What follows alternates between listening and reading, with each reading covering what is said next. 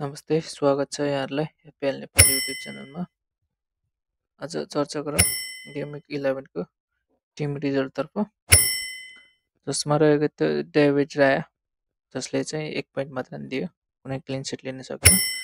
त्यसै गरी डिफेन्सतर्फ रहेको छ मुनोज, जसले चाहिँ क्लिन सिट दियो 1 मात्र, र बाँकी ग्याब्रियल र सेनेसीले चाहिँ क्लिन सिट नदिँदा चाहिँ 1 र 2 पोइन्ट दियो।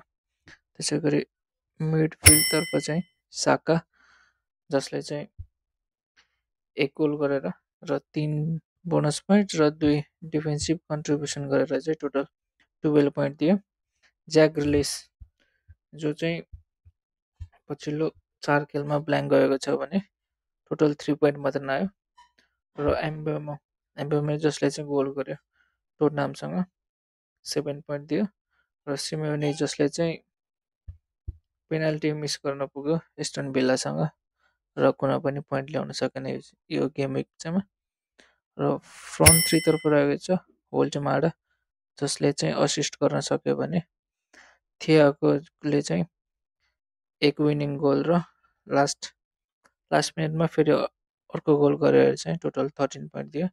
र एर्लिङ हाल्यान्ड, जसले चाहिँ पेनाल्टी मिस गर्यो र 1 गोल गरेर चाहिँ टोटल 4 पोइन्ट आएको थियो भने क्याप्टेन्सी रहेकोले टोटल 8 पोइन्ट भयो।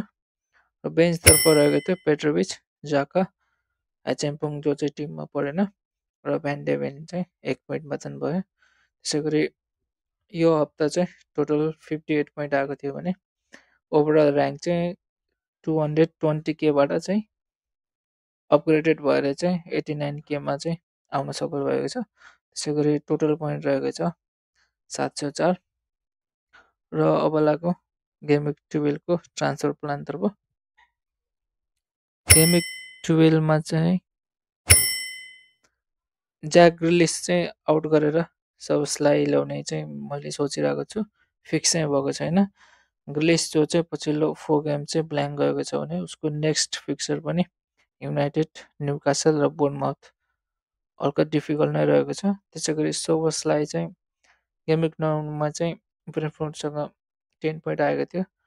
त्यसै गरी भिल्ला र सिटीसँग चाहिँ कुनै पोइन्ट ल्याउन सकेन। र मेनली रिजन चाहिँ लिभरपुलको गेम विक 12 पछि चाहिँ फिक्सर एकदम इजी देखिन्छ, जसमा 12 मा रहेको छ फरेस्टसँग, वेस्ट ह्याम र सन्डरल्यान्डसँग रहेको छ। लिभरपुलको चाहिँ सबै प्लेयरहरू साला चाहिँ एफोर्ड गर्न सकिँदैन। त्यसै गरी डिफेन्डरको रूपमा चाहिँ सोबसलाई चाहिँ बेटर हुन्छ जस्तो लाग्छ। त्यही भएर ग्रिलिस आउट गरेर चाहिँ सोबसलाई इन हुन सक्छ, कन्फर्म चाहिँ भएको छैन।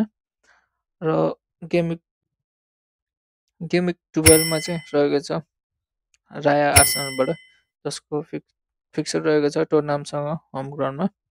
त्यसै गरी डिफेन्सतर्फ रहेको छ मुनोज, जसको रहेको छ वुल्भरह्याम्पटन अवे, ग्याब्रियलको रहेको छ टोटनहाम, र सेनेसीको रहेको छ वेस्ट ह्यामसँग होम ग्राउन्डमा रहेको छ।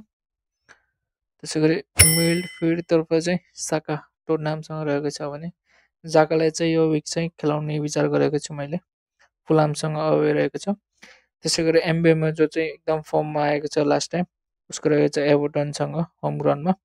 सिमेओनी, जो चाहिँ यो सिजनको सबसे धेरै पोइन्ट ल्याउने मिडफिल्डर हो, र उसको रहेको छ वेस्ट ह्यामसँग होम ग्राउन्डमा। र फ्रन्ट थ्रीतर्फ रहेको छ वोल्टेमाडा, जो चाहिँ सिटीसँग रहेको छ।